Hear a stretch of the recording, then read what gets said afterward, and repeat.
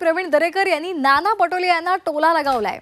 यांच्या हातामध्ये काही नाही आणि हे दुसऱ्याला द्यायला निघाले तसा टोला प्रवीण दरेकरांनी लगावलेला आहे। पटोले यांनी एकनाथ शिंदे आणि अजित पवार यांना मुख्यमंत्री पदाची ऑफर दिली होती।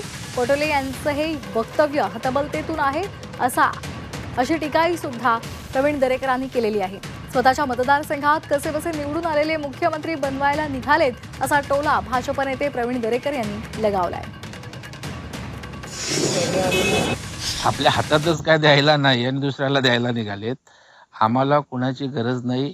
दोन्ही उपमुख्यमंत्र्यांना बरोबर घेऊन उत्तमपणे प्रचंड मॅन्डेट असणारं सरकार आमचं चाललंय। ते हताश झालेत, हतबल झालेत। तर नाना पटोले स्वतःच वाचलेत। मला वाटतं देवेंद्रजींचा कार्याचा सपाटा एवढा मोठा झालाय की त्याच्याने सगळे हतबल झालेत की पुन्हा आपलं भविष्य काय, काँग्रेसचं भविष्य काय, उबाटाचं भविष्य काय। आणि त्या हतबलतेतनं त्यांचा आलेला हा त्या ठिकाणचं वक्तव्य आहे।